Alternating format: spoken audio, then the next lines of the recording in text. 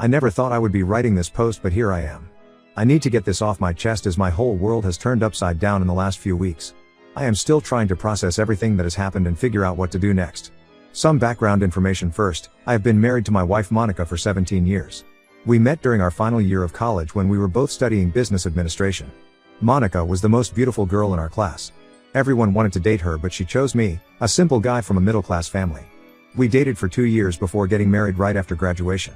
Our families were against the marriage, saying we were too young and needed to focus on our careers first.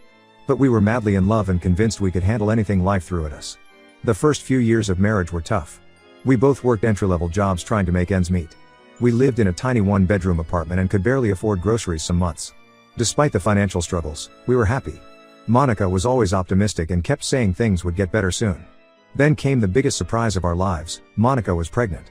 We hadn't planned for a baby so soon, but were excited about becoming parents. However, the timing couldn't have been worse. Monica had just lost her job due to company downsizing, and I was barely making enough to cover our basic expenses. This was when I got lucky and landed a job at Anderson & Partners, one of the top consulting firms in our city. My boss Peter personally hired me after a grueling interview process. He saw potential in me despite my lack of experience and took me under his wing. The salary was much better than my previous job and helped us prepare for the baby's arrival. Harold was born in winter of 2008. He was the most beautiful baby I had ever seen. Monica had a difficult pregnancy and delivery, so we decided she would stay home with Harold while I focused on building my career. Peter was very understanding and helped me learn everything about the consulting business.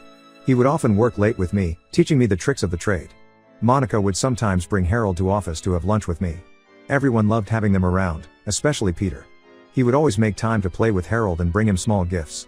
His wife Linda couldn't have children due to some medical issues, so he treated Harold like the son he never had. Looking back now, I realize how blind I was to what was really happening. Over the years, I worked hard and climbed the corporate ladder. We moved to a better neighborhood, bought a nice house, and could finally afford family vacations. Peter and Linda became close friends. We would spend holidays together, go on couple trips, and our families became inseparable. They even helped us financially when we were renovating our house. Monica was the perfect wife and mother. She took care of everything at home while I focused on work.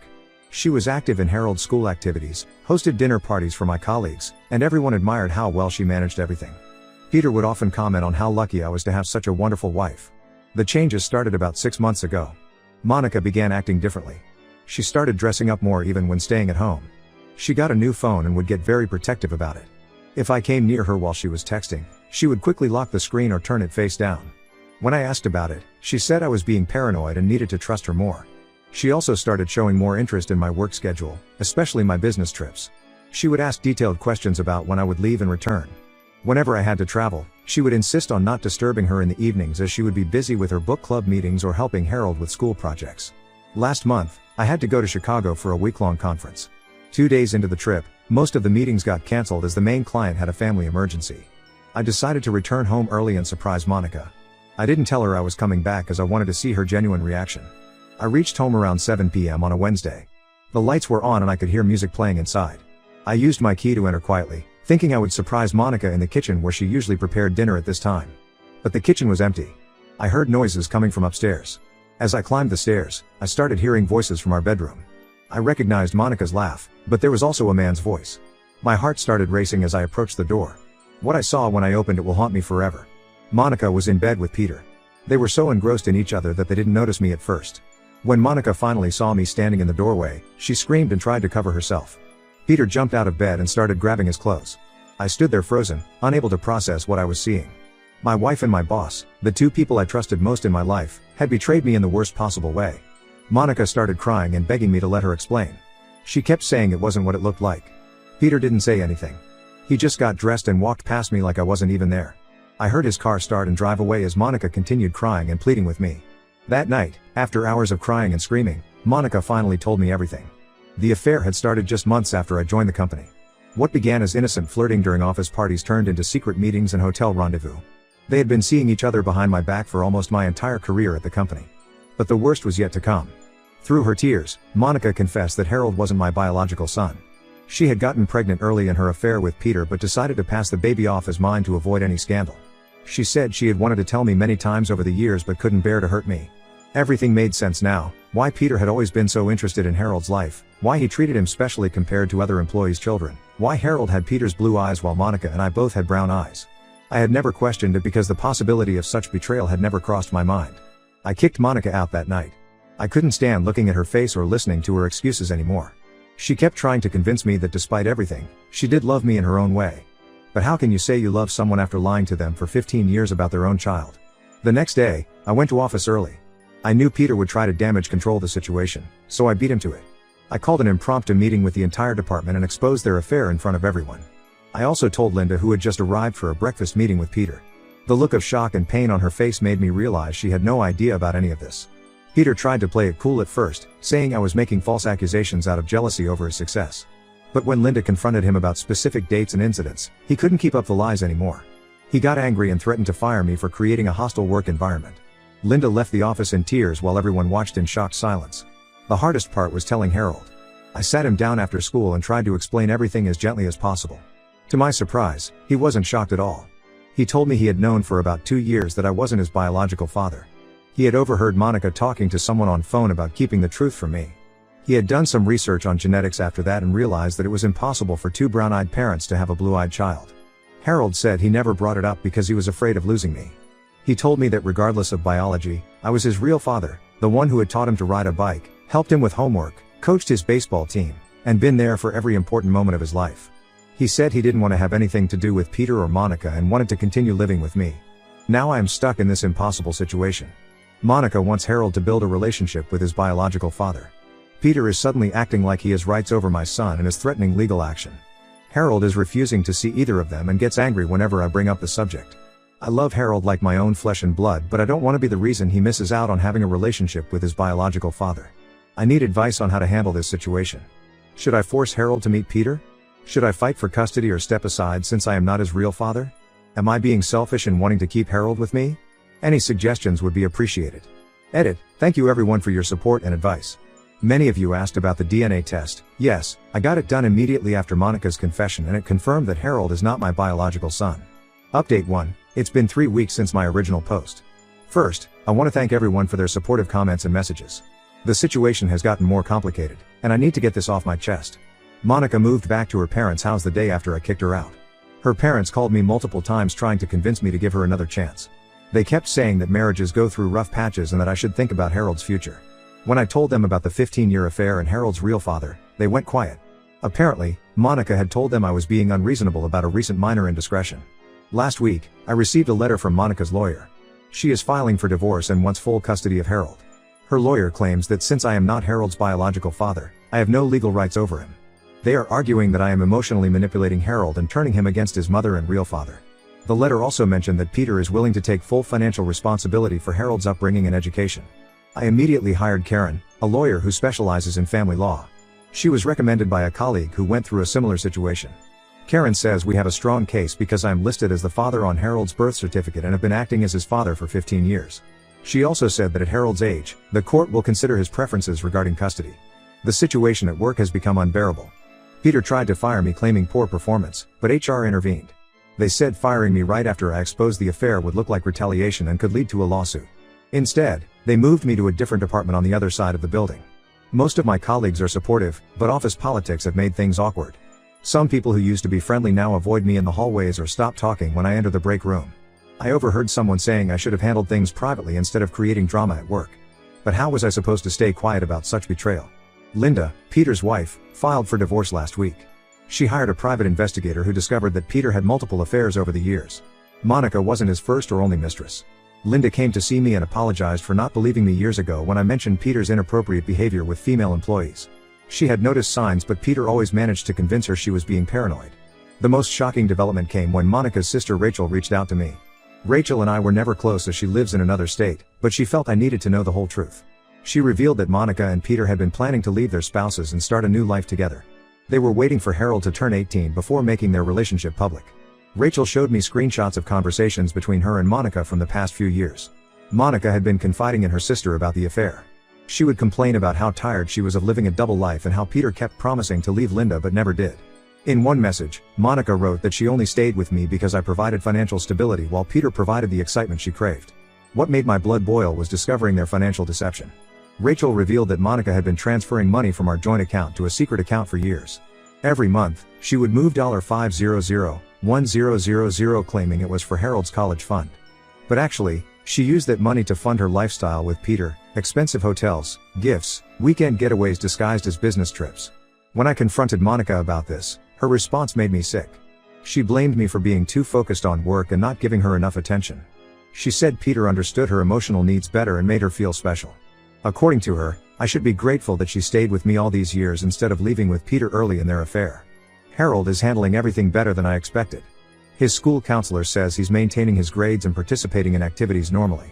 But he absolutely refuses to see Peter despite Monica's constant attempts to force a meeting.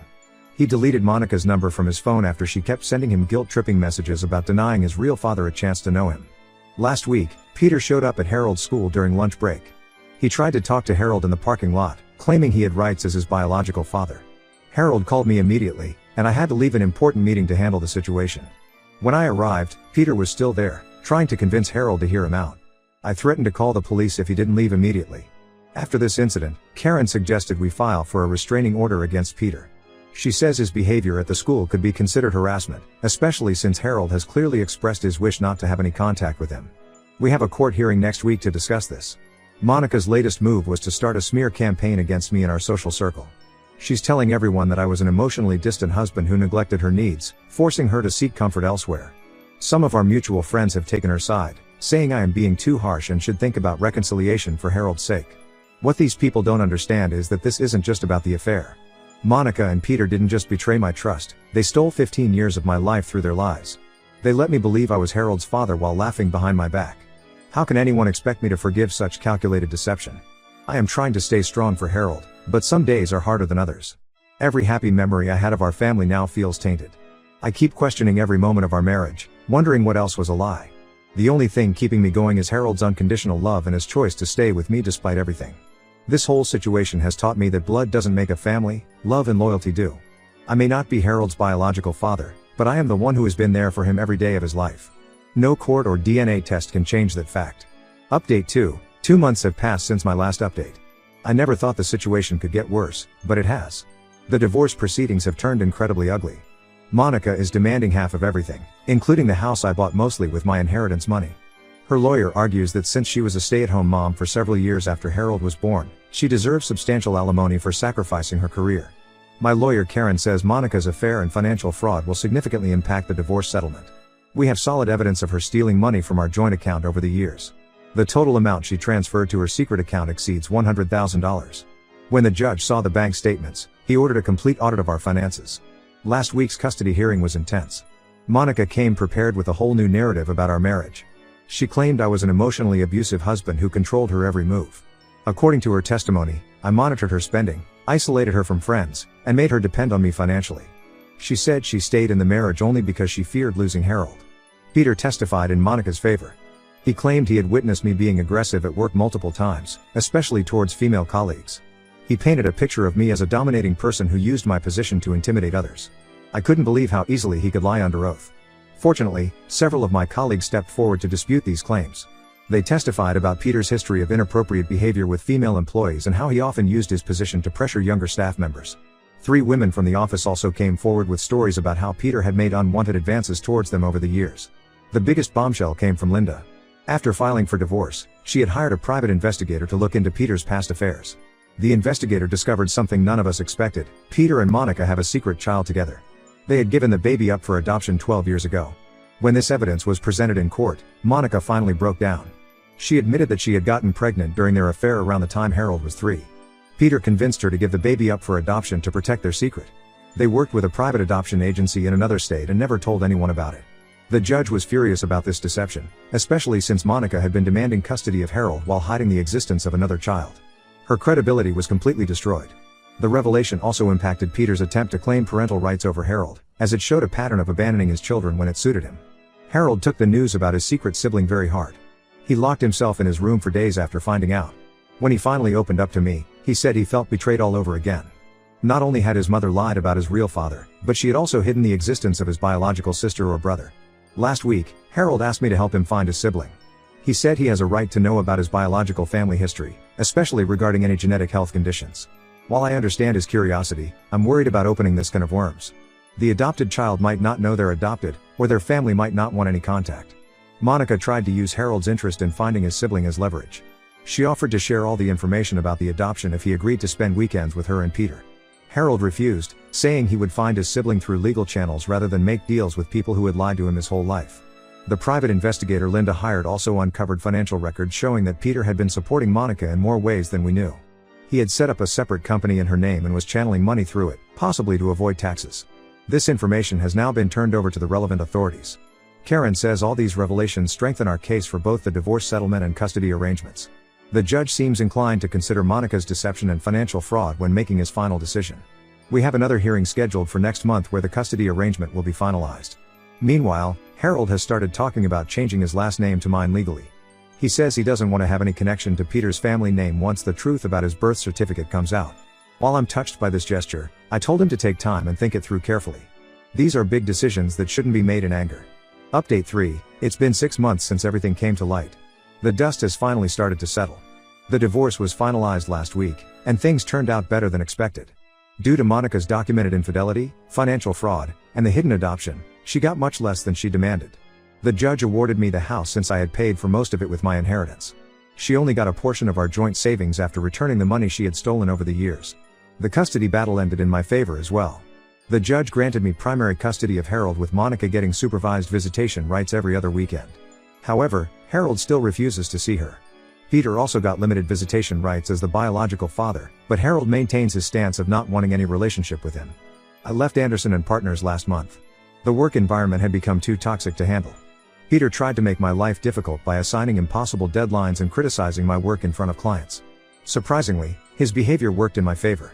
3 major clients who witnessed his unprofessional conduct followed me when I joined Stewart Consulting, a competing firm.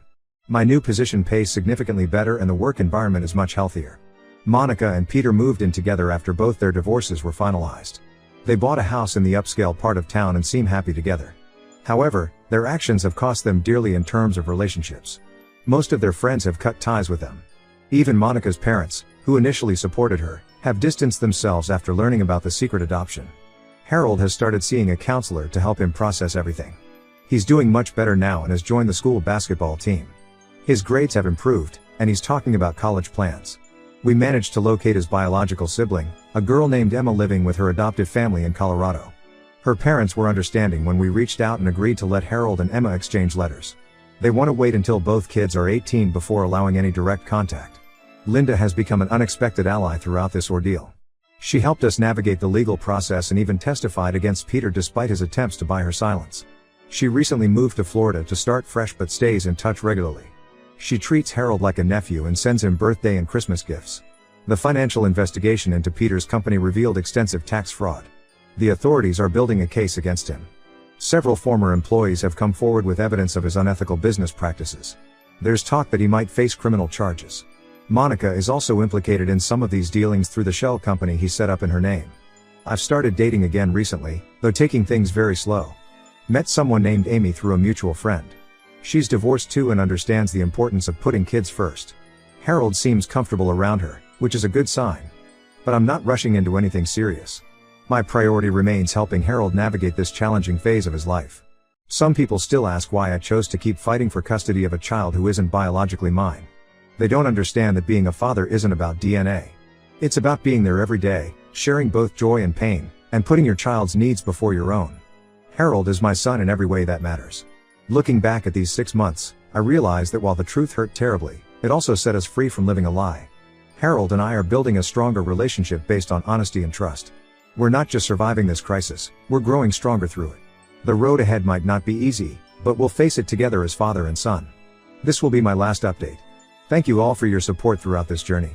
Your advice and encouragement helped me stay strong when things got tough.